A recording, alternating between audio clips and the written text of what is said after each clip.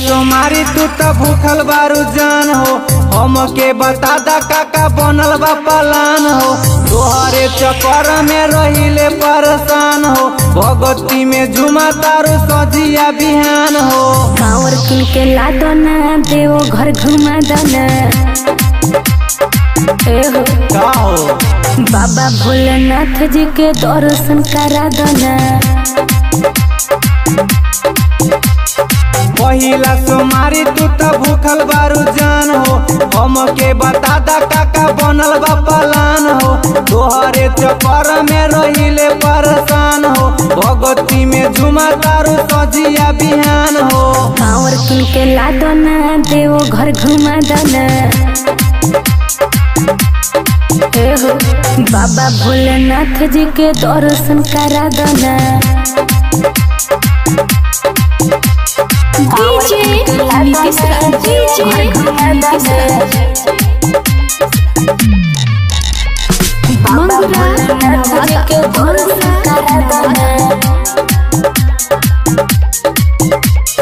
कहतनी बात जवन सुन लीजिए, गेरुआ रंग के साड़ी एगो किन दीजिए।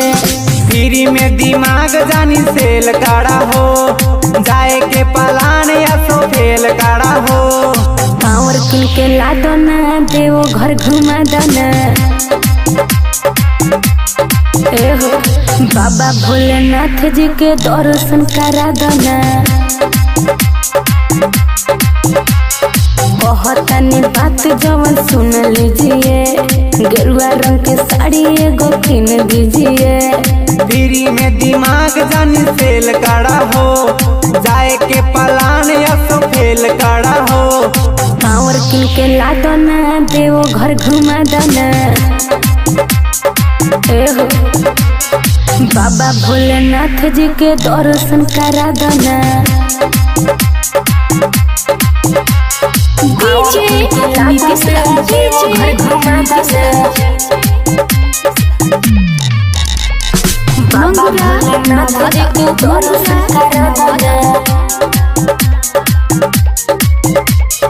पिछला सावन में रोक दिए थे, अब की साल जाने का प्रोमिस किए थे।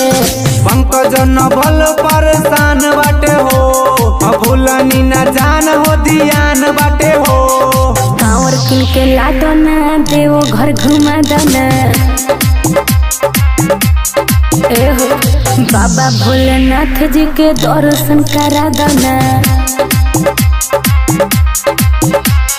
पिछला सावन में रोक दिए थे, अब की साल जाने का प्रोमिस किए थे। पंकज नभल परेशान बाटे हो, भूलनी न जान हो ध्यान बाटे हो। कांवर किन के ला दो ना, देवो घर घुमा दो ना। बाबा भोलेनाथ जी के दर्शन करा दो ना।